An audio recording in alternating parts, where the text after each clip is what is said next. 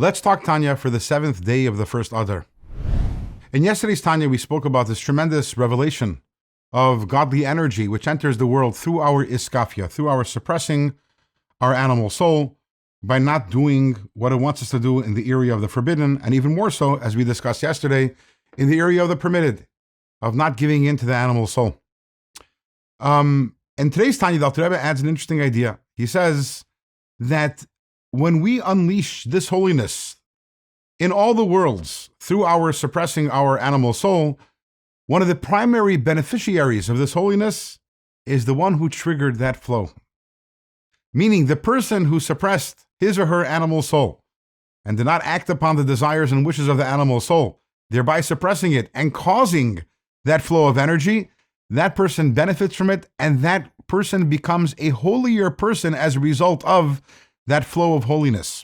What does it mean to be a holy person? To be a holy person, the word kadosh in Hebrew means separated, removed. We become holier, we become removed and separated from this physical world. We don't have the same desires and attractions and struggles with our animal souls that we had beforehand.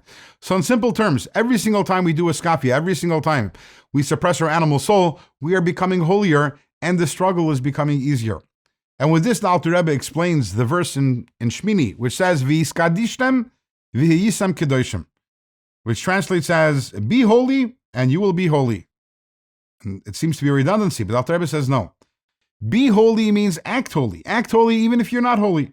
Even if actually you're struggling against your animal soul, you're not actually internally holy, but act like it. And you will be holy. Ultimately, the result of that is that you'll actually be holy. The struggle will become a lot easier. Now, this seems to be flying in the face of a lot which we spoke about in this chapter, because up until this point, we're busy saying how the tremendous pleasure that God receives from our struggles and the cosmic impact that we have with our struggles. And we spoke very clearly about the fact that you should be fine with it because perhaps this is something that you're going to have to contend with your entire life. And here the Alter Rebbe is saying that no, that the Yetzer Hara, there's a process and the animal soul can be dealt with and you can become holier and more refined. But it's not a contradiction. First of all, if you're not tzaddik material, if you don't have a tzaddik soul, you'll always struggle. The struggle will become easier. To put it in different words, the struggle will move to a different area, to a more subtle, to more refined area. You won't be struggling with the coarser struggles in life. You'll be struggling in other areas. But we should resign ourselves to the fact that we always will be struggling. That's number one. Although we don't have to stay stuck in the same struggle. If we struggle and we suppress our animal soul, we could become holier and move on to a different area of struggle, which won't be necessarily an easier area, but a loftier area.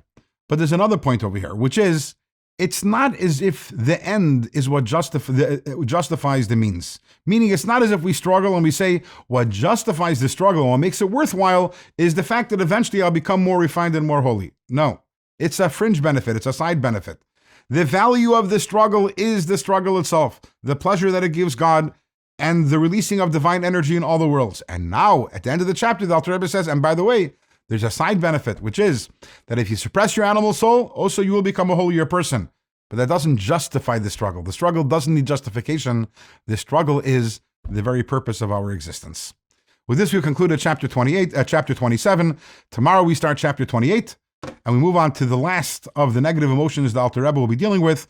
Tomorrow we'll be dealing with the negative emotion of inauthenticity and the hypocrisy.